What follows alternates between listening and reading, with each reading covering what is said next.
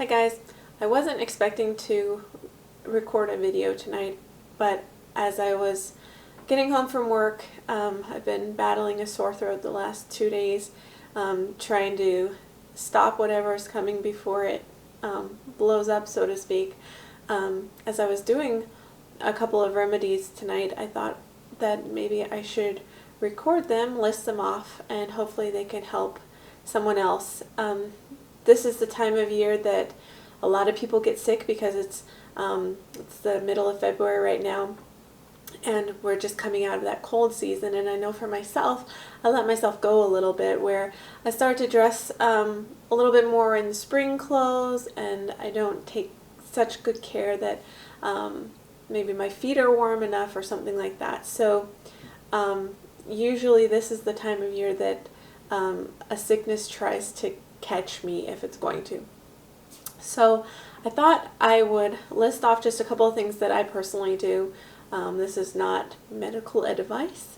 This is for entertainment purposes only, so to speak, and hopefully it can help.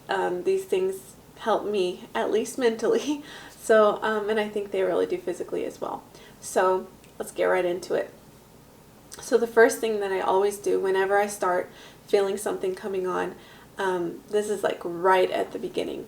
I will go and I will exercise, whether that's taking a brisk walk around the block or like last night and tonight I ran on the treadmill, I did some rowing, a little bit of weight, but especially the cardio exercises where you're moving your limbs.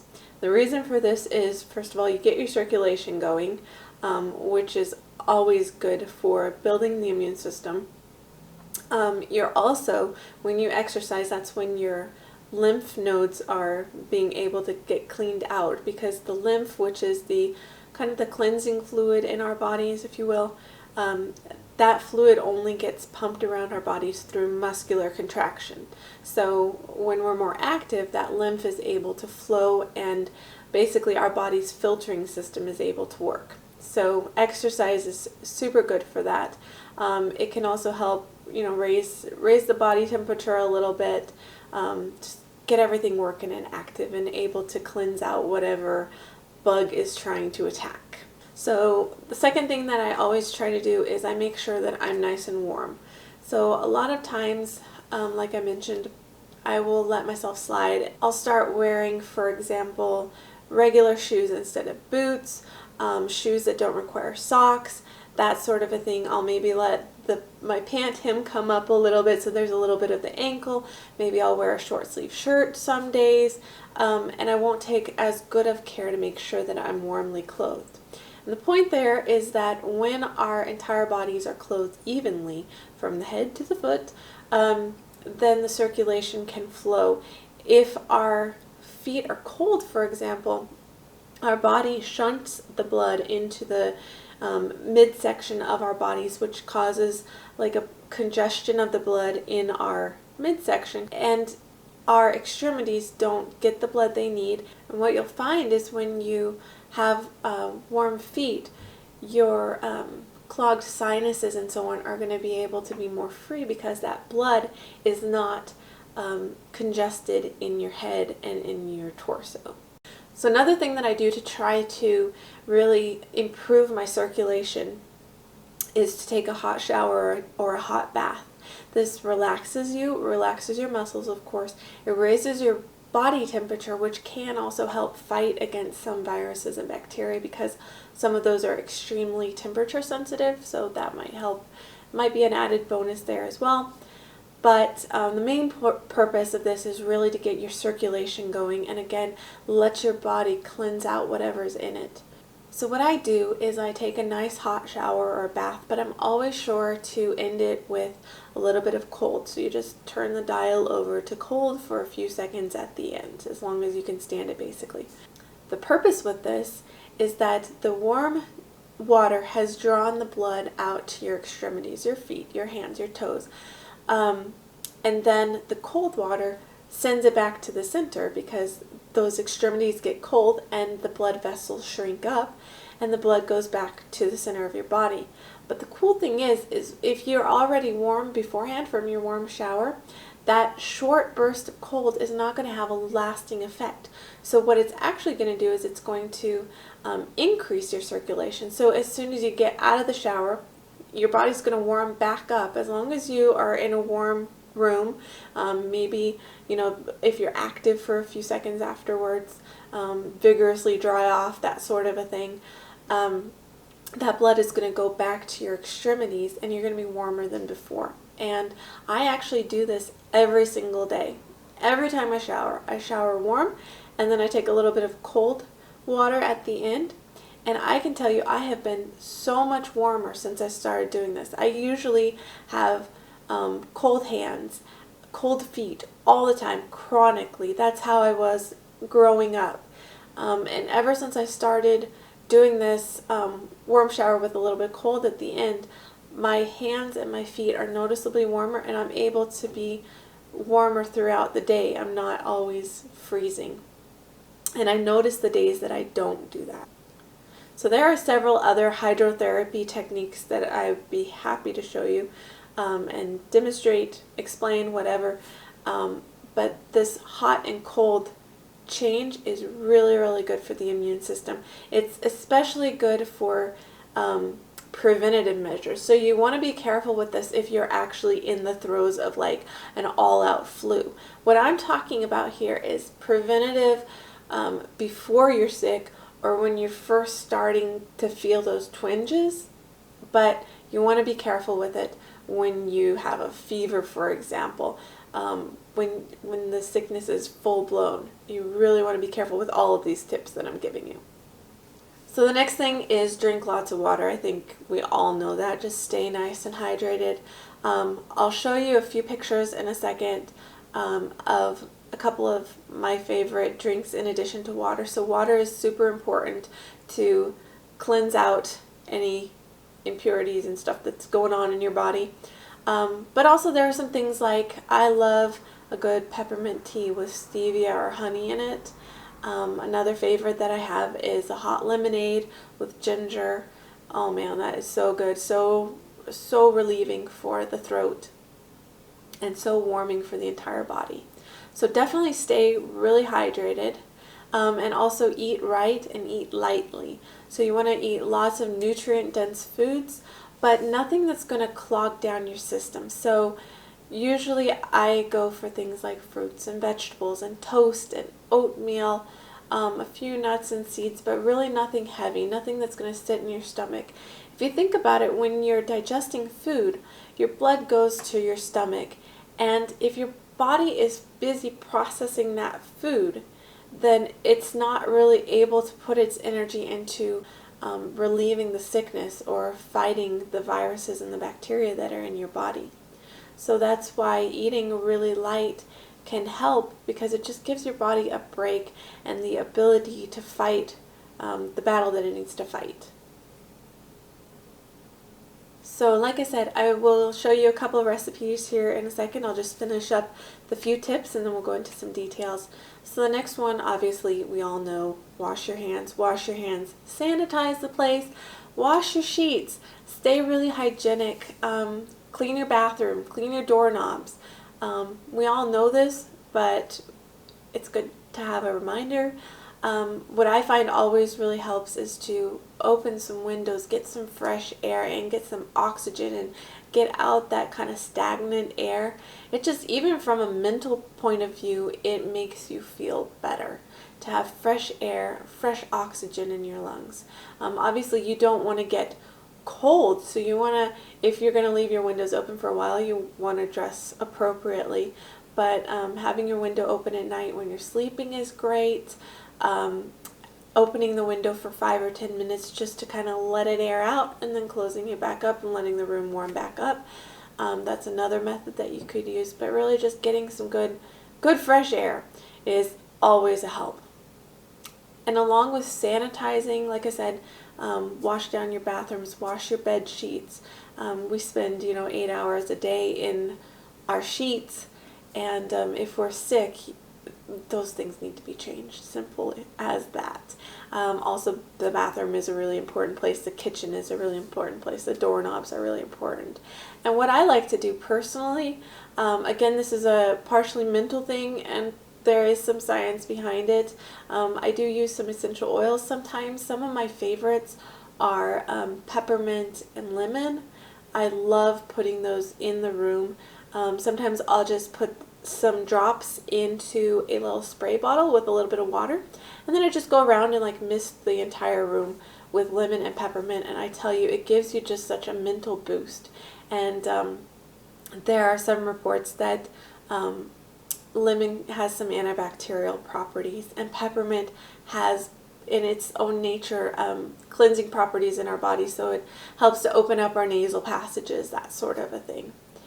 Another one that I do like to use, this is more of like a topical remedy, I like to use eucalyptus oil. If you mix it with like a little bit of coconut oil or olive oil, you can put it on your chest, and that can help break up a cough or congestion that's in your chest.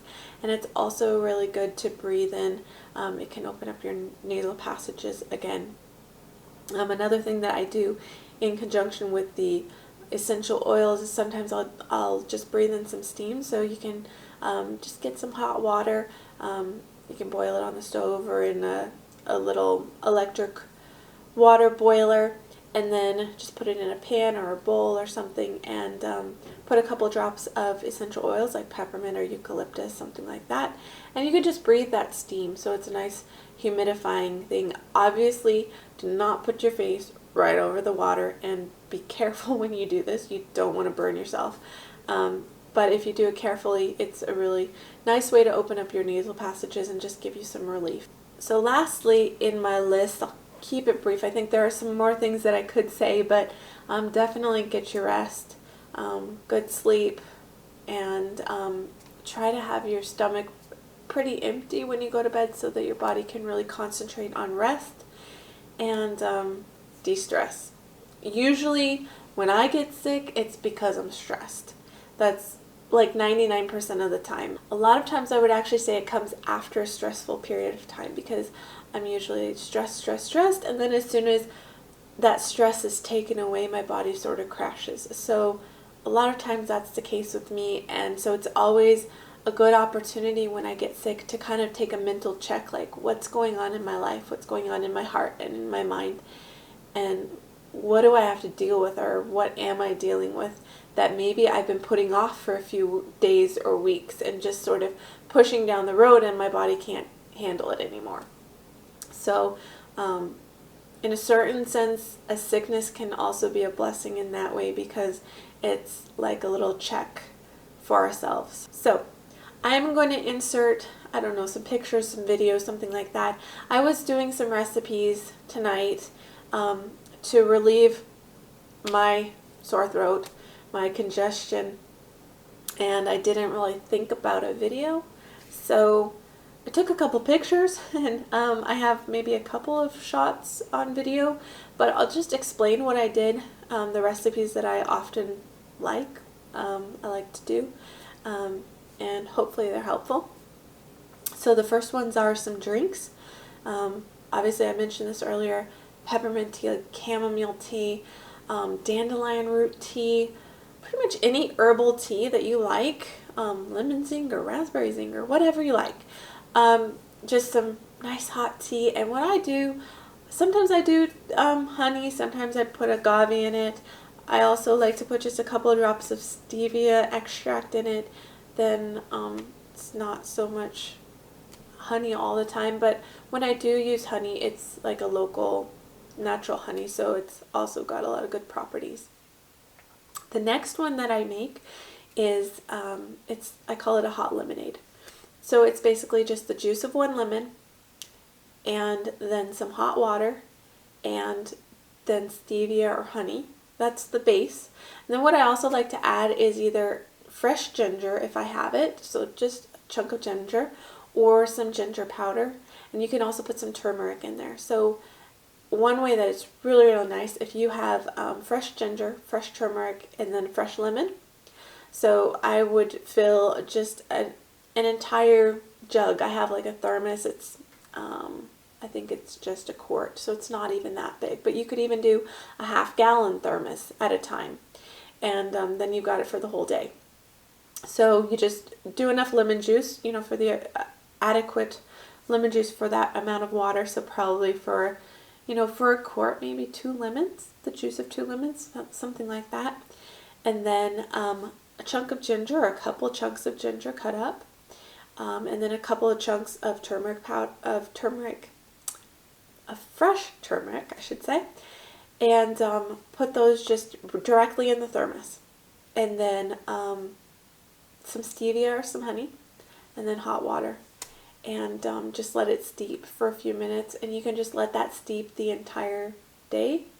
As you're drinking it, just pour it off into a cup, or I have a thermos with like a little straw, so I just drink on that all day, and it is so nice. It's just refreshing. It's got vitamin C, it's got the ginger, the turmeric. I just love it, and it tastes amazing.